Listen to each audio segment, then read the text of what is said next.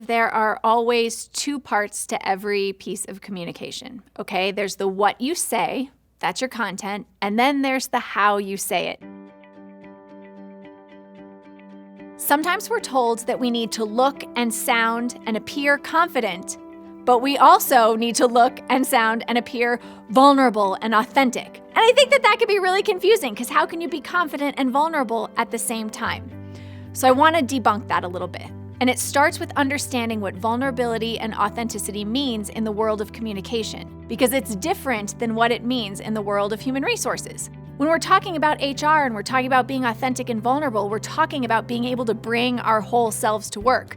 What it means in communication is that you actually look and sound like a human in front of your audience. You're not overly theatrical and you're not overly boring. Hello, my name is Briar. No, that's not authentic. Or, hello, my name is Briar. That's also not authentic. Me saying, hello, my name is Briar. That's me.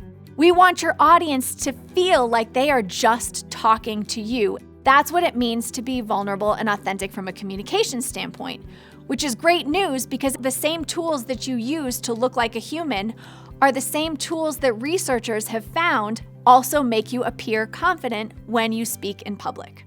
And there's some really simple things that you can do in order to make that happen. So let's start with eye contact. Humans, when they're talking to each other at a party, at a get-together, make eye contact with each other. When you're speaking in public or you're communicating to your team, making eye contact is also really important. It makes you look like a human and it makes you look confident. Next thing is your facial expressions. When we're talking to our friends and family and the communication is not prepared, our facial expressions always match the content that we are speaking about. But sometimes if you're giving a big speech that you've practiced over and over and over again, you start to lose that natural movement in your face, and then there's a disconnect. That makes you look less human, and oddly enough, it makes you look less confident.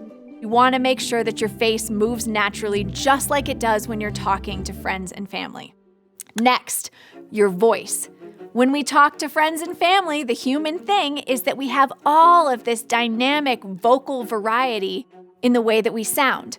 Our speed changes, our pitch changes, we put pauses in there. It happens naturally when we're talking.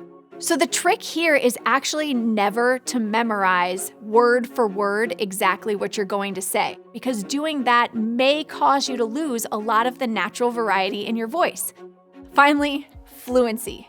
This means that you have to get rid of your filler words. An or an here and there is totally fine. It makes you look human. But an or an every other word will actually take down your credibility. The way to make sure you can get rid of your filler words is just to practice your communication at least once or twice in advance. You're going to be so much more successful as a communicator if your audience trusts that the person delivering the message from the stage is the same person that they'll see at the reception afterwards. The voice, the face, the eyes, all of these tools will help you look like a human and also boost your credibility. What could be better than that?